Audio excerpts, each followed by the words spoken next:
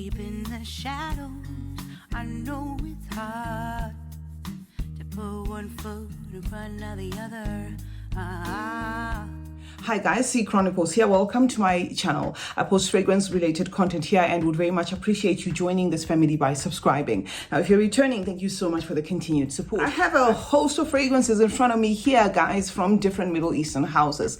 On this channel, we talk a lot about Middle Eastern fragrances. So I thought to pick my least favorite from each house, right? Houses that are featured here.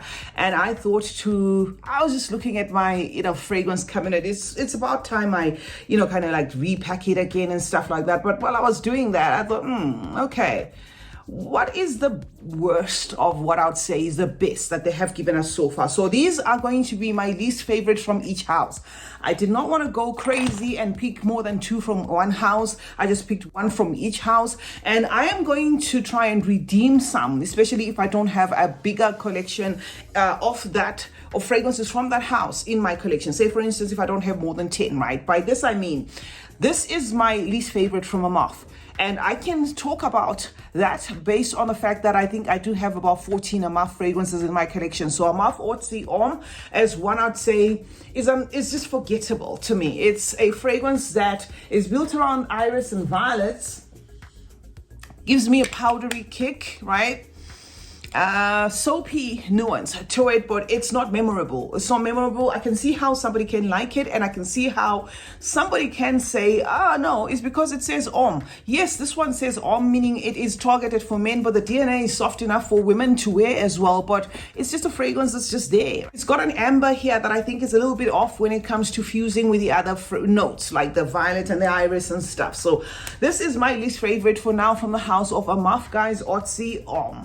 I'm going to also try and make sure that we don't delve too much into the notes so that the video doesn't take an eternity, because as I said, I have a lot of these fragrances in front of me. And for those who would like to purchase samples of these fragrances, just to make sure that they do not waste money, I am going to leave a link in the description there. Decant Boutique is going to sell you some of these fragrances where you can test them first, and you can use the code CC10 at checkout for a further discount, right? Number 2 is going to be from the house of Khadlaj.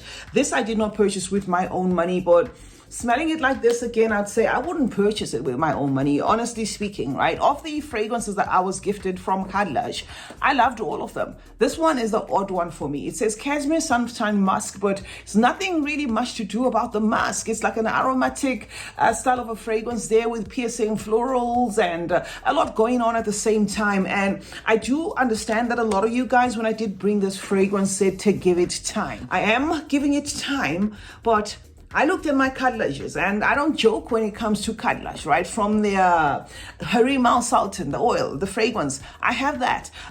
From the Fleur Oud to the, of course, Empire Victor, if you know what I mean, to the absolute something. What is that?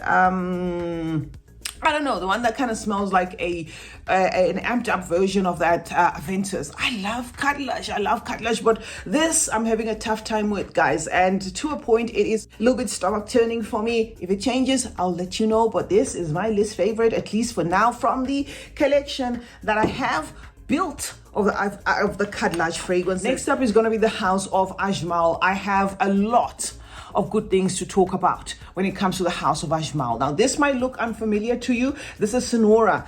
Because it's a mini, that's why it might look unfamiliar to you. But the bottle in itself is a lovely round bottle, like the Dior bottles, and it's got a frilly flower there, so it's going to be suggestive of the fact that it's going to be feminine or at least floral toned, right? This I don't have a lot of beef with, okay? I do get the violet leaf, the pepper, the vanilla, the florals there, the spiciness of it, but longevity sucks. Longevity is gone. It's gone in 60 seconds. And it's one of those fragrances that were not memorable enough for me to want to own full size. And in defense of the house of Ajmal, all the fragrances that I have within my collection from Ajmal are beastly. From the Evoke line, they're beastly. So I don't know. When it came to Senora, it does feel like, of course, they were going for a soft DNA, but I just wish it could last long. And well, Maybe even if it did last long, I still wouldn't appreciate it because it's one of those mainstream DNAs that you've smelt a gazillion times. So that is what I can say about that. And no pun intended, guys. If you love any of these fragrances,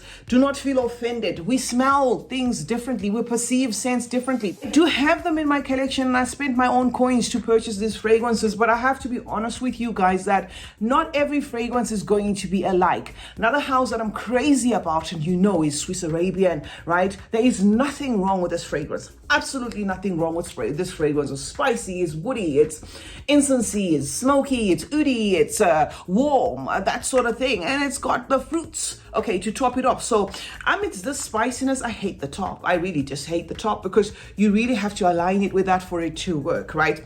Imperial Arabia by Swiss Arabian is a fragrance that I probably should have waited and bought something else, to be very honest, because it's very busy. It's a fragrance that, apart from it being spicy and warm and Middle Eastern and whatever, it doesn't have an identity. Like, there is no mood where I wake up and I feel like I want to smell like this. It's just got a lot going on, okay?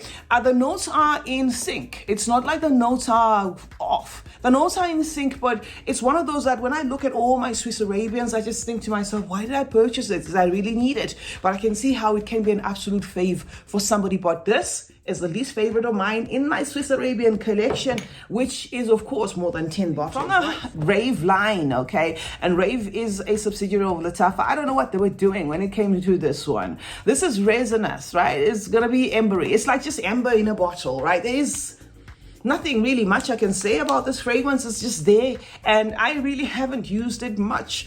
I think I've just used it maybe twice, and that was it. It's not memorable for me to keep revisiting. Of all the Rave ones that I have in my collection, let me just say this one says nothing to me. So this is Rave now, the red one. And then we have the House of Lafayette, right? If you watched my video, I did bring two Lafayettes. There was this Lafayette blush and there was a Luna. The Luna was one very busy fragrance to my nose. It kind of interpreted a little bit like this, but I wouldn't say this is what, you know, this is a continuation of Luna. Luna was just, it gave me a little bit of Olympia. There was just a note there that was stomach turning to my nose. And I did say to you guys that it was the heaviest of the two, but it was just, I don't know, something was just not right there, whether it was the patchouli. So it was my least favorite. I just have this one to show you an example of how the Luna bottle looks like, but this is a favorite of mine. I actually like this. What I don't like is the black one, which is called Luna from the House of Lafayette. Next up is the House of Maison Alhambra. And if you watch me organizing my fragrances, you'll know that I have a gazillion of Maison Alhambras. I've actually lost count. I am pretty sure that guessing I have more than 30 Maison Alhambra, and this one is the one I pulled out. Alive Now doesn't do it for me, guys. This is just a sweet, very sweetened fragrance there, drawing its inspiration from that Mugler something, the red one. I'm going to put it on the side. This vibe's the same. It was actually the reason why I purchased this, because I wanted to know whether I actually needed the Mugler one. And oh my God, I mean, the sweetness, there is a masculine thing that happens with this fragrance. When the, you know, this masculine tone feel of it comes into the mix, it kind of is like a push and pull. It's like raspberry on steroids, berries on steroids, and then it's like, okay, I think you're crossing the line here in terms of the sweetness, and then again you're trying to be masculine. So what is really happening with you? So this is not a train smash. I can see somebody completely loving this, but this is just a fragrance, guys, that no. Okay, it's going to be in my collection, but no. Next up is going to be from the House of Arabiyat, and I did say that I'm going to redeem some of them.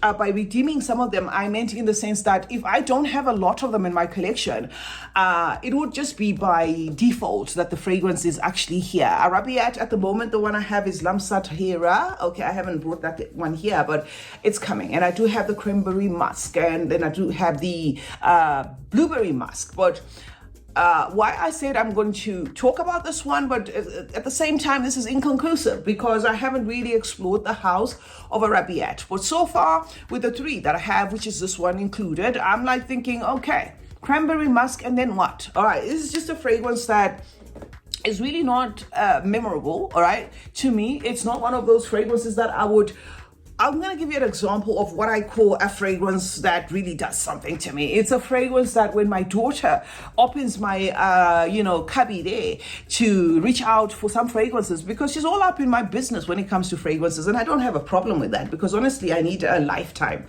to get through some of these DNAs. This is not one that I would stop her from overspraying. This is one that I'd actually say spray as much as you want, because it's a lovely fragrance built around that cranberry note. Fruity, nice, but that's it. That's all I can say about it. So from the house of Arabiyat, which I am still to explore more of, this, I'm not too keen on. Next up, guys, is going to be from a house I'm going to deem a giant in my collection, not because it's better than all the other Middle Eastern houses, but because I can certainly say I have more than 100, if not 150, closing on 200 Lattafas in my collection. And for me to zoom on this, I don't like this fragrance, guys. It's all right. Pulls masculine, got that coconut water. They did interpret the Zanzibar theme to the T, but I don't like this fragrance. It's just not what I hoped it would be. There is something here that is just not doing it for me. There's that seaweed note. It's a little bit aquatic. Everything is happening in here at the same time. And another one that I could have bought here, but I thought, okay, let me just cut you some slack, because that is worse than this to me would have been the Moi. I do not like Yara Moi, guys. I've said it over and over again. I still have it in my collection just because I want the set of these bottles in completion. Like, what is missing in my collection is the Asad, and of course that new candy. Those are the ones that I don't have. But there are some bottles I'm going to buy just to make sure that I have the whole line of them, but not necessarily meaning I'm crazy about them. This one, Zanzibar, Zanzibar is a least favorite of mine. Of course, Moi topping the list there, but we had to cut it some slack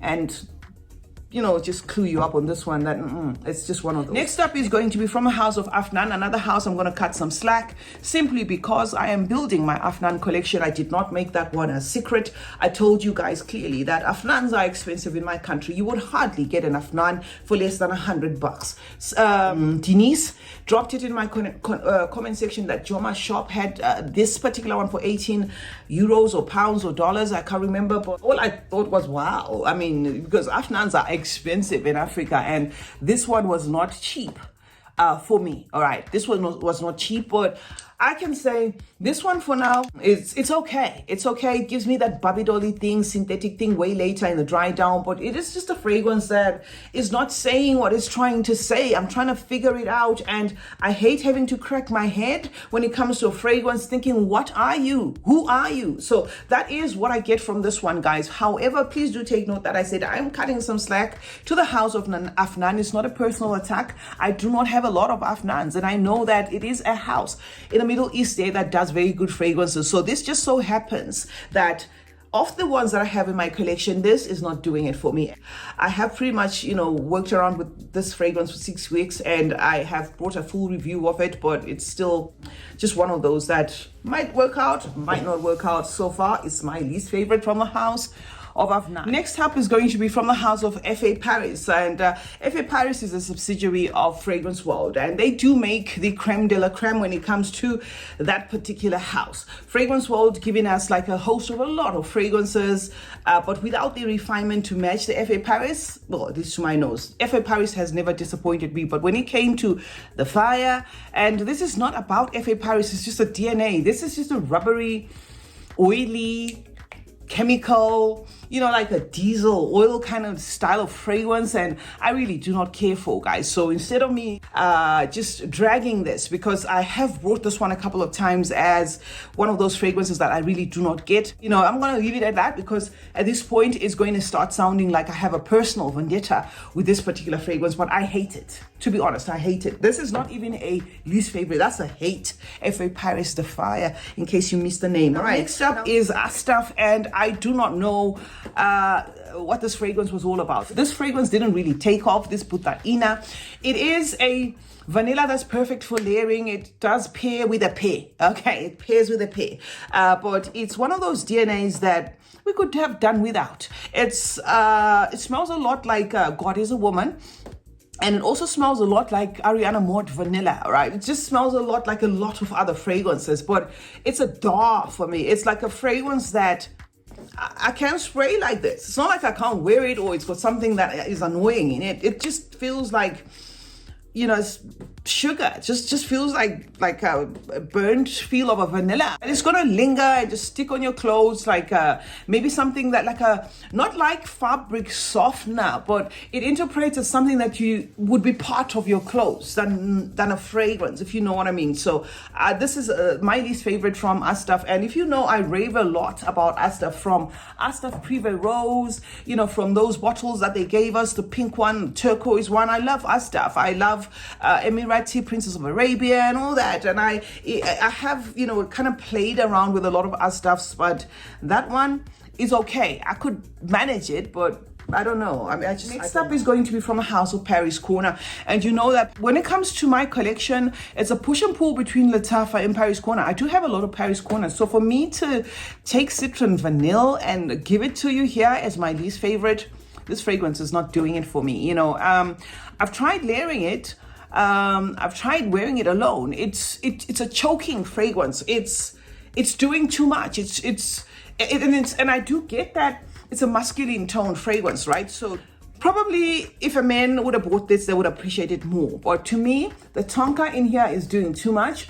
To me, the lemon in here is doing too much. The vetiver is not helping things. The ember, everything about this builds to a very stubborn, strong fragrance that's very hard for me to carry as a woman. So Citron Vanille is just going to sit there in my collection because it's a pretty bottle. That is what I can say about it, but it's my least favorite. Okay. In the house of Fragrance World, this is a fragrance that somebody would completely go crazy about. I remember a subby of mine saying, oh, C loves mature fragrances.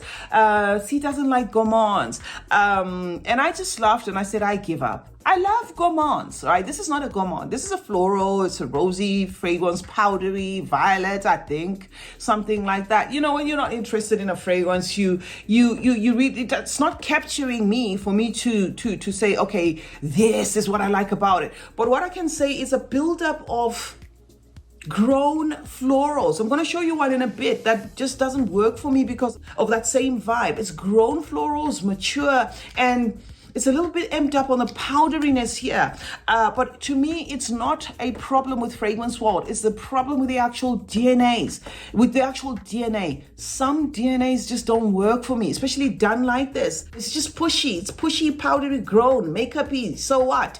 That is what I get from Velvet Rouge, guys. Drawing its inspiration from YSL's Rouge Velour, which is why I said some people are going to absolutely go crazy about this fragrance. So don't catch feelings. Just know that we're doing this for fun. You know, I cannot love everything, guys. And again, I'm going to say, if you need decants of this because you don't want to come with a pile like this that I have here and say, I don't like this, I don't like, because at the end of the day, the money did go in purchasing these fragrances. So if you want decants of this, you know, there are these two companies that I always throw here. One being the one I gave you first, which is Decant Boutique. They will sell you these in decants and they ship internationally. So you really don't have to waste your coins, right? And if Decant Boutique does not have, you will certainly get from High G Scent, all right? High G Scent ships in the United States, but they will have decants of these fragrances. So don't go by my nose. Sometimes go for the little vial, because just because it's cheap doesn't mean you should buy it full size and then regret and you're left with a full bottle. It might have been $10 or $20, but it's still $20 that you could have used on something else, if you know what I mean. Next up, I'm going to throw the house of Emper. Emper is a house I'd really love to explore. They have their Lady Presidente up to now. I'm giving them, you know, an accolade for that fragrance. Awesome, beautifully done. They have another one in this bottle, but it's a red one. I can't remember what the name is. I love those fragrances, and Emper is trying. Emper is really, really trying. There's nothing wrong with Just for Love, but the fact that it's drawing its inspiration from Angel Shea. And boy, oh boy, aren't we tired of that DNA. You know, when I smelled Angel Shea the very first time, I was like, wow, this is different. This is boozy. This gives me a little bit of some apple there. There's cinnamon, and I'm liking the apple pie-ish kind of vibe, until the fragrance clone houses came full force. And they just dropped them like that. And when they dropped them like that, we were like, oh, okay, I like this one from Fragrance World. It's called Cocktail Intense. Oh, Paris Corner is giving us another one called Fire Your Desire. And then there's this one. And then there's Fragrance World. And then there's Emper. Like, 4 years later. This is a beautiful DNA. They nailed it. But from my Empers, it's redundant. I don't need it. I wish it wasn't what it is, because when it said just for love, I thought it was going to be a Kilian love something smell alike, but it's not. So it is what it is, and I really don't care much for it, guys. This is the least favorite from my Emper collection, just for love. Now remember, I told you I was going to show you another powdery one that just doesn't work for me. This Ecstatic Le Parfum draws its inspiration from Elisab Le Parfum fragrance, which shockingly I do have in its original form in my collection, but why I bought it, I don't know.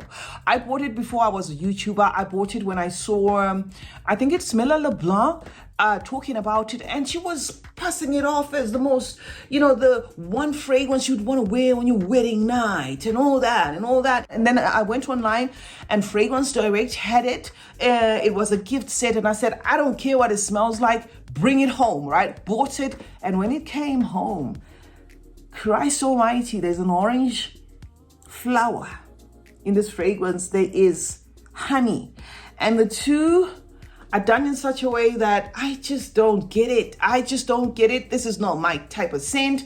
And you might ask yourself, okay, you're holding a Pandora smell alike, which draws its inspiration from that Elisab Le Parfum. What were you thinking? No, this is what I was thinking. I thought I'm going to buy it for my subbies to conscientize them and tell them, okay, if you love it, it's been, replicated by another company, you can purchase it as an alternative, but I still don't like it. All right, so this is going to be my least favorite from the house of Pandora. It is Ecstatic Le Parfum, a powdery, grown, mature scent. Now, next up is from the house of Rehab, and this is French Coffee. I cannot believe how much I was so worked up trying to get this fragrance in my collection by hook or crook or whatever it is. If it meant somebody had to bring it from somewhere, I was okay with that. And guess where I got this one from? I got it from Tanzania, right? That's how much I wanted this fragrance, because came onto the market, I saw a boa, right? If I'm a mistake, and if I'm getting the pronounce wrong, I'm sorry for that. She's also a fellow YouTuber. She's from Ghana,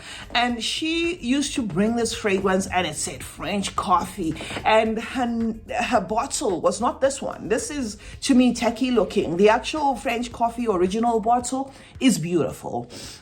So she would come and she would talk about French coffee, and for once I wanted a slap in the face coffee fragrance, right? Looked for it on eBay, looked for it all over. The prices had gone up, and I then thought, okay, maybe it's not meant for me. And then one day, Rehab repackaged it, and I saw it on Smelly Cat's fragrance channel, and I thought, okay, I'm going to hunt for it down again.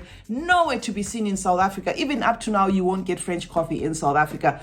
Then a friend of mine who is in Tanzania, while I was chit-chatting with her, I said, do you know French Coffee? And I sent her a photograph, and she said, I see this fragrance everywhere. And I said, okay, do this for me.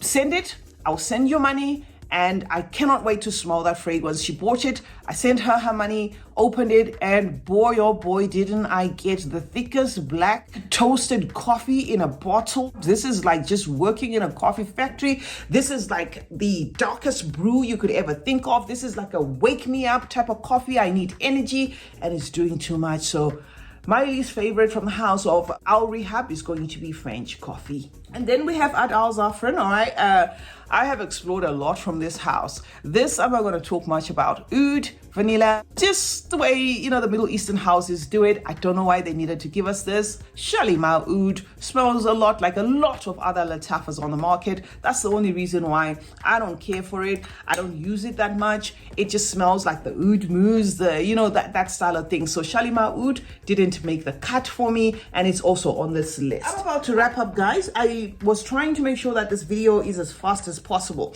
Now, most recently, I added some Zimayas in my collection, and this is La Rose. They're new to my collection. I don't have a host of them, so I'm not saying the house of Zimaya is a train wreck. I am just saying this is drawing its inspiration of Kilian, good girl gone bad. I don't like that DNA. It doesn't do much for me. I could have had the second bottle, which is in my collection from the house of Maison Alhambra, called Kismet for Women, side by side, but we're not about that today.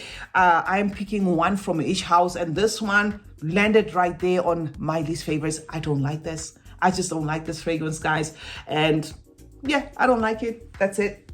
And then there was the house of a Milestone. From Milestone, guys, I have Amorist for her, drawing its inspiration from that Carolina Herrera Amethyst Haze, right? Amethyst Haze in itself is a fragrance that I have sniffed once in a store. Beautiful lavender fragrance with some spices there and all that. Now, am I saying they missed the mark on this? No, they didn't. This one does nail that DNA, but it just gives me that typical knockoff style of, presentation of a fragrance where you spray it like this and you can smell it.